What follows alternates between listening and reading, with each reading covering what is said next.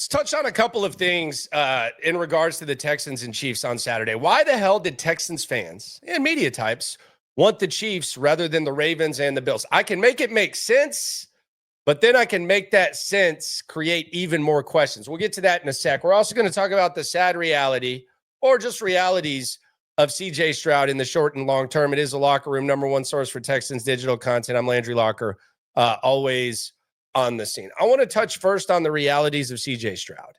And there's two things that I think need to be acknowledged when it comes to discussing CJ Stroud. A lot of times when quarterbacks are discussed, there's a gray area mentioned. Well, this guy has this. He's throwing to this guy. He has this guy calling plays. He has these guys blocking for him. So if you put him in that situation, he would obviously be better. I think we know that all too well in Houston, just given the history of the franchise. So the reality with CJ Stroud is his surroundings stink. The offensive line, there's no return on investment. It's been shuffled. It's not good. His weapons, they haven't been healthy lately. And even when they were healthy, the offense left a lot to be desired. When they had Diggs, Dell, and Collins, they were still leaving some meat on the bone. When they lost Diggs, they were still leaving meat on the bone. When they lost Collins, the offense was still struggling. When they lost Dell and Diggs and they were both out, the offense was still struggling. So maybe it's as much about the weapons and the Bobby Slowick situation. But that's a reality. Other thing is the current weapons he has outside of Nico Collins, most of these wide receivers should be competing to make teams next season. None of these guys would make the majority of the teams in the NFL. So that's the reality of CJ Stroud, is that his surroundings stink. Now, here's another reality. He hasn't played as well as he's capable of. And that's hard for a lot of people to admit because you want to be understanding of the quarterback situations. And you also want to realize that what's around him might impact his ability. But the reality of the situation is with what CJ Stroud has right now and what you expect of CJ Stroud and the standard he set for himself, if they want to beat the Kansas City Chiefs, regardless of what the long-term versus short-term reality is, he's going to have to elevate guys. Now, it might be an impossible task, but he's going to have to do that. You can't expect these wide receivers to all of a sudden be awesome outside of Nico Collins. You can't expect this offensive line to be awesome. You can expect CJ Stroud or hope that CJ Stroud can be awesome and elevate his team. And we've seen it with Patrick Mahomes. Sometimes it's an impossible task. I'm not sitting here saying that it should be expected and you should bet on it. But the reality is if you want to win the game, when you say CJ Stroud isn't playing well, it's not ignoring the fact that, as we said earlier, his surroundings stink. It's accepting the fact that the card he's been dealt and the skills that he has compared to the skills around him, he's going to have to elevate those guys. Could be impossible. We've seen Patrick Mahomes lose Super Bowl because his offensive line was depleted. We've also seen him find multiple ways to win based on surroundings.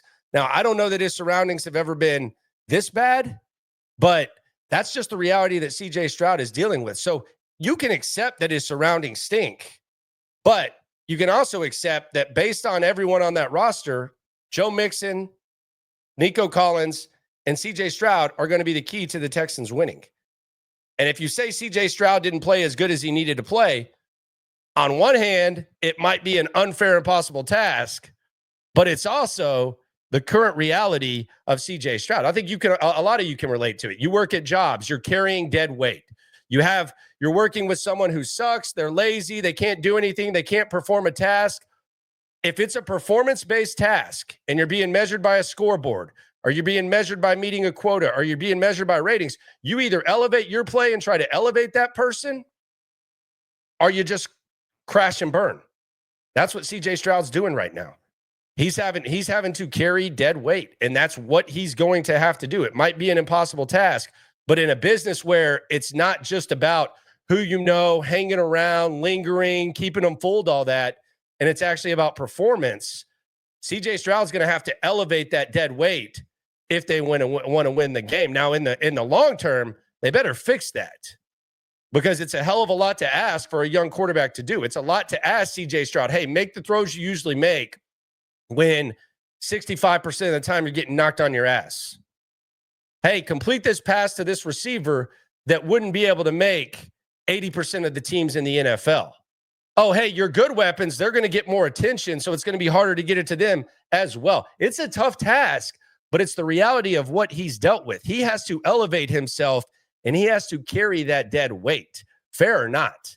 And after the season, whether the Texans shock the world or not, they're going to have to figure that out to where they don't ask their quarterback to do too damn much. So when you say CJ Stroud's not playing as well as he's capable of, it's based on the fact that he has to be this much better in order to get the job done. Patrick Mahomes doesn't have to do that. Josh Allen doesn't have to do that. Lamar Jackson doesn't have to do that. You can make a case those guys are better than CJ Stroud regardless, especially at this point in their careers. I don't even think you have to make a case. They're all three better. Unfortunately for CJ, they're all also asked to do less and have better surroundings. So CJ Stroud, the reality is you're going to have to carry, you're going to have to elevate the dead weight. I think a lot of you can relate to it. I know I damn sure can. Now, the next thing I want to get into here in the locker room, number one source for Texans digital content, is something that I think it's not a straw man argument, and I don't even want to separate myself from it, but it feels like most fans, Texans fans in this community, whether it's online, whether it's in the locker room community, in the SNL community. And by the way, the Texans made some moves today. We'll get into that in SNL. Myself and Cody Stutes' YouTube channel's been up for about a month. We're a few thousand deep there. Also, Texans podcast, anywhere you get your Spotify, Apple podcasts, SNL, Landry Locker, Cody Stutes, Texans talk. It feels like most fans wanted Kansas City in this round, and they thought it was an ideal matchup for the Texans. And by ideal, it means best of the three possibilities: the Bills, the Ravens, and the Chiefs. The back-to-back champs who've lost the fewest amount of games and really only lost one game that they were trying to win, they would be a better matchup than the Baltimore Ravens or the Buffalo Bills. And I'm not even going to throw people out there and throw them under the bus. I'm going to raise my hand. I think Kansas City was the better matchup as well. And there's a number of reasons why. Number one, and most important, is I think there's only one way that the Texans can win a football game. The defense has to put the offense in good situations. They have to force turnovers. They have to play well.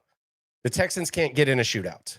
They cannot get in a shootout. They're not going to win a game 42-38. If they do, it's a crazy, crazy, miraculous thing. We did see Jacksonville in 2017. I think they scored 45 or 42 against Pittsburgh, and they won in this round. But it's unrealistic to expect the Texans to win in a shootout. The Ravens and Bills can win multiple ways. The Chiefs can win multiple ways. And when you look at the actual offenses, just points per game, just the basic-ass offensive stats. Buffalo averaged 30.9. That was second in the league. Baltimore, 30.5. That was third. Kansas City was 15th at 22.6. Then we look at the yards per game. Baltimore, 424.9 first. Buffalo, 359.1. That was 10th. Kansas City, 327.6. That's 17th. So bottom half of the league. Now, I say all that and acknowledge that Kansas City, and I asked D'Amico Ryans about this week, they haven't had their full skill position guys. So I think there's a chance we see the best version of the Kansas City offense this week. So you're basing it on what you've seen. You've also got a little bit of familiarity with the Chiefs. You only lost to them by 8 points a few weeks ago. And let's be honest, it also has to do with the fact that Baltimore owns the Texans. They started their season with an L last year. They ended their season with an L, and they completely beat their ass on Christmas this year. So there's that Baltimore element. Now, I know Texans did beat Buffalo, but there have been changes in Buffalo. And it was like 102, 104 days ago when the Texans beat them. They didn't have Shakir in that game. Now they got Shakir.